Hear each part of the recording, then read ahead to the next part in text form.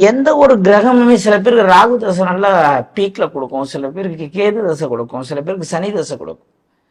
ஜென்ரலா நம்ம ஒரு விஷயத்தை எடுத்துக்க கூடாது. என்ன எடுத்துக்க கூடாதுன்னா, சுக்கிரன்னா கொட்டி கொடுப்பார், ராகுன்னா கெடுப்பார், கேதுன்னா ஞானத்தை கூட இப்படி எடுத்துக்கூடாது. கிடையாது. கேது திசையில் வழி மாறி திசை மாறி போனவர்கள் எவ்வளவு பேர் இருக்காங்க. ராகு திசையில ஜெயிச்சவங்க இருக்காங்க, கேது திசையில ஜெயிச்சவங்க இருக்காங்க, ராகு திசையில வழி மாறி போனவங்க இருக்காங்க, சனி திசையில தோத்தவங்க இருக்காங்க, அதே சனி திசையில ஜெயிச்சவங்க இருக்காங்க. அப்போ உங்களுடைய லக்னத்திற்கு தசையை நடத்தக்கூடிய கிரகம் நல்லா இருக்கா, அந்த லக்னத்திற்கு தசையை நடத்தக்கூடிய கிரகம் இப்போ சனி தசை நடக்குது, சனி தசை மேஷத்துல இருந்து நடக்குதுன்னு நீங்க மேஷத்துல இருந்து ஒரு சனி தசை நடக்குதுன்னா செவ்வாய் நல்லா இருக்கும். சனிக்கு வீடு கொடுத்தவர் செவ்வாய், சனிக்கு கேந்திர திரியோணங்களில் இருப்பது ஒரு சிறப்பு.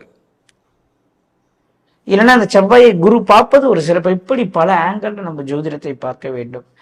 தயவு செஞ்சு ஜென்ரலா உங்களுடைய ராசி, ஜென்ரலான உங்க நட்சத்திரத்துக்கு ஒரு தசை நல்லது செய்ய நினைக்காதீங்க. ஒரு தசை மாறி இன்னொரு தசை தொடங்கும் பொழுது புதிய விஷயங்கள் செய்வதை தவிர்த்து கொள்ளுங்கள்.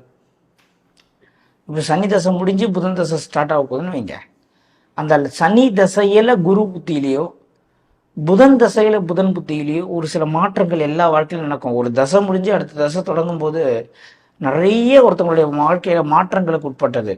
அது ப்ளஸ்ஸா இருக்கலாம், மைனஸா இருக்கலாம். அந்த மாதிரி டைம்ல சில பொறுமையா ஒரு சில விஷயத்தை நாம் கையாளும் பொழுது ஒரு மாற்றத்தை நாம் அடைவோம்.